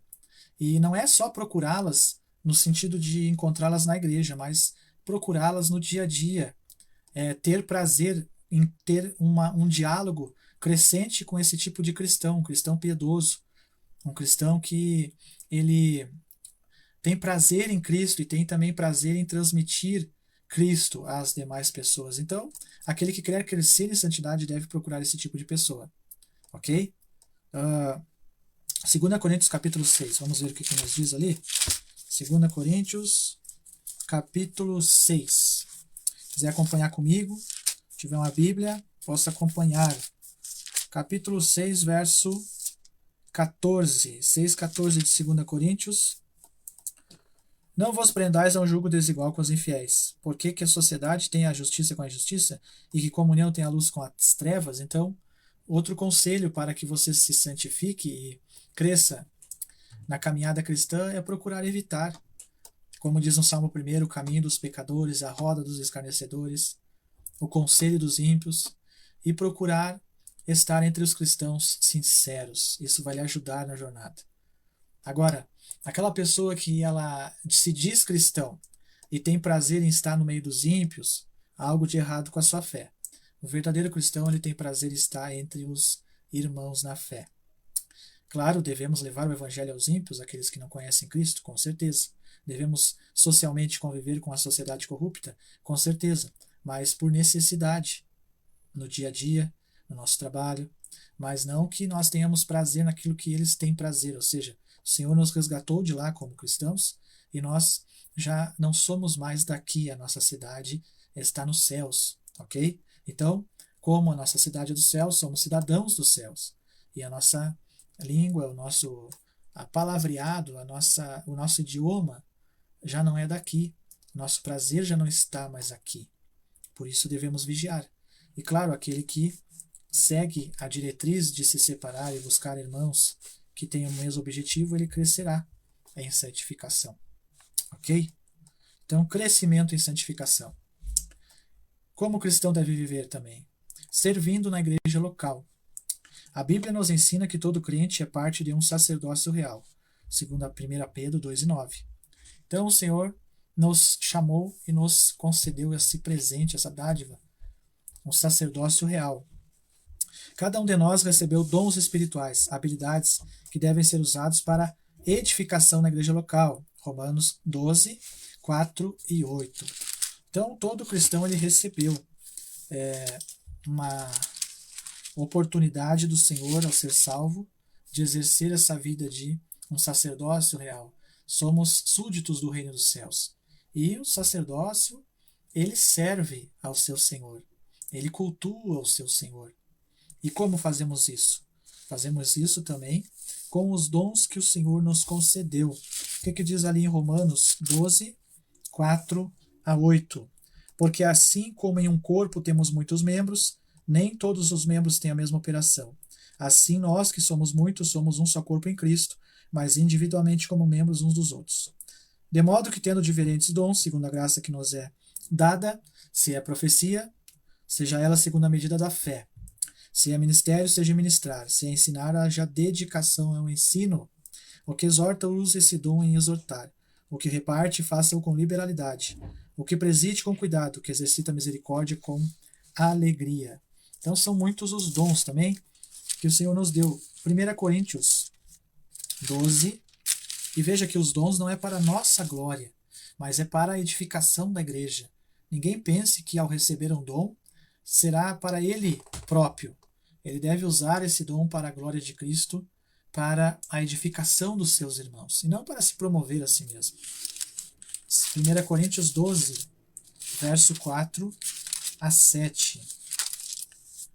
Ora, há diversidade de dons, mas o Espírito é o mesmo. E há diversidade de ministérios, mas o Senhor é o mesmo. E há diversidade de operações, mas é o mesmo Deus que opera tudo em todos. Mas a manifestação do Espírito é dada a cada um para o que for útil. Então, cada um receberá do Senhor um dom pela graça e deverá usá-lo para a glória de Cristo. Ok? Não devemos meramente nos unir a uma igreja bíblica, mas devemos servir na igreja local de acordo com nossas habilidades. O ministério na igreja local não é limitado aos pastores ou presbíteros. Os pastores devem treinar todos os membros da igreja para a obra do ministério. Então, o ministério da igreja local não está resumido somente nos presbíteros e pastores, mas eles devem também treinar os membros para exercer. E a obra não é somente estar em um altar, em um púlpito. A obra é aconselhar, é visitar, é ajudar financeiramente. Boa noite, irmão Paulo Roberto, Deus abençoe. A obra é usar os seus dons, seja na música, seja cuidando dos enfermos, seja limpando a igreja. Em várias áreas nós podemos servir. Hoje se evidencia muito somente pessoas lá em cima, no altar, e todo mundo parece que busca o altar.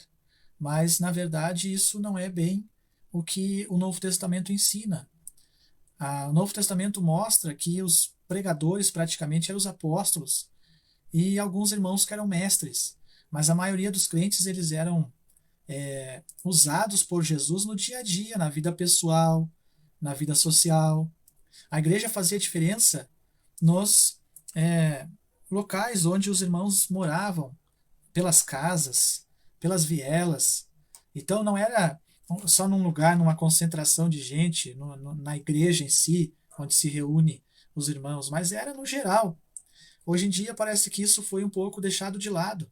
E há uma preocupação somente em aparecer num altar. Mas não se esqueça, a obra do Senhor, ela é muito mais que um altar, é muito mais que um status, é muito mais que estar na frente e querer mostrar que é alguma coisa. Na verdade, muitos que fazem isso estão enganando a si mesmos. Então, o verdadeiro cristão, ele é cristão e fiel ao Senhor em todo o tempo, e ele poderá dar muitos frutos para o Senhor em todo momento de sua vida. E não esperar por uma oportunidade no altar de uma igreja. Ok? Não esqueça disso. Então, Efésios 4, verso 11 e 12. Ele mesmo deu uns para apóstolos, outros para profetas, e outros para evangelistas, e outros para pastores e doutores, querendo o aperfeiçoamento dos santos para a obra do ministério, para a edificação do corpo de Cristo. Ok? Então, servindo na igreja local. E, por último, para nós encerrar, servir no evangelismo e nas missões. É a vontade de Deus que o evangelho de Jesus Cristo seja pregado a todas as nações e a cada pessoa debaixo do céu. Marcos 16:15, Lucas 24:47. O evangelho será pregado a todas as nações, então virá o fim. Essa ordem de Cristo foi chamada de a grande comissão. Mateus 28:18-20, ide por todo mundo pregar o evangelho a toda criatura, disse Jesus. Quem crer e for batizado será salvo, e quem não crer será condenado. E cada cristão está comprometido com essa tarefa de acordo com seus dons. Isso também inclui cuidar dos cristãos que são perseguidos por causa da fé, ajudar aqueles que sofrem necessidades e fazer obras de caridade para aqueles que não creem. Então é aquilo que nós estávamos falando. A igreja, ela não pode ser igreja somente em quatro paredes, somente ali nos eventos. As pessoas não podem se preocupar com a igreja somente em trabalhar no altar, em ter um cargo ali no altar, mas a igreja é muito além disso. E isso é também fazer a obra e fazer missões. Hoje nós temos a sociedade que prega o evangelho em todo mundo. Agora, no momento, eu me esqueço o nome, mas é uma sociedade missionária que eles têm missionários e eles distribuem Bíblias em todo o mundo. E eles levam o evangelho em lugares que ainda não chegou a mensagem, tipo Coreia do Norte, China, enfim, tantos lugares que eles levam o evangelho. E esse é um exemplo. E eles pedem doações, não é? Para a obra. Deixa eu ver se eu acho aqui o nome certo aqui. Cristãos. É bem conhecida. Portas Abertas. Portas Abertas. Pesquisei. Portas Abertas é uma sociedade missionária que distribui Bíblias. E é uma sociedade séria. Nós vimos hoje que tem congressos de missões no Brasil, de algumas igrejas grandes aí, e você muitas vezes não vê o que é feito de tanto investimento. Mas essa sociedade, a Portas Abertas, é uma sociedade bem séria. Aqui é o site Portas Abertas, ó. Você pode pesquisar depois Portas Abertas. Tá virado aqui, mas se você botar no Google aí Portas Abertas, você vai achar. É uma sociedade séria. E com a pequena oferta de R$20 você pode ajudar eles levarem Bíblias para países que ainda não chegou a palavra. Enquanto aqui no Brasil, pastores, donos de igrejas e que acham que são como papas, estão engordando à custa dos fiéis, esses irmãos do Portas Abertas, eles estão pegando o mínimo que recebem de oferta e estão levando o que podem, fazendo o que podem até as almas, procurando chegar com o Evangelho. Então, temos que atentar para isso. Temos que olhar com olhos para o todo e não somente para uma parte, que muitas vezes já estão distantes da direção do Senhor por causa da cobiça e da avareza dos seus corações. Mateus capítulo de número 25, verso 31. Essa passagem é muito linda, ela resume bem a necessidade que temos hoje de evangelismo e missões.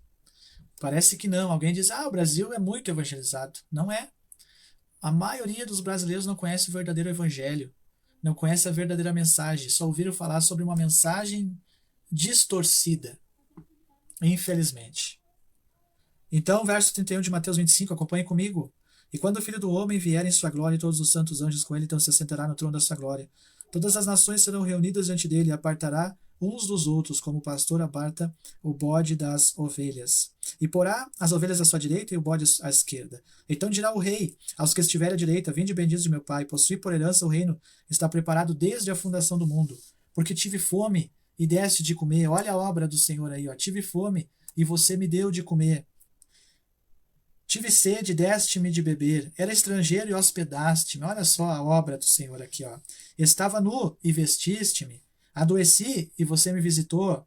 Estive na prisão e você foi me ver. Olha só quanta coisa tem para nós fazer além de ficarmos dentro de quatro paredes. Então justos responderão: Senhor, quando te vimos com fome ou com sede?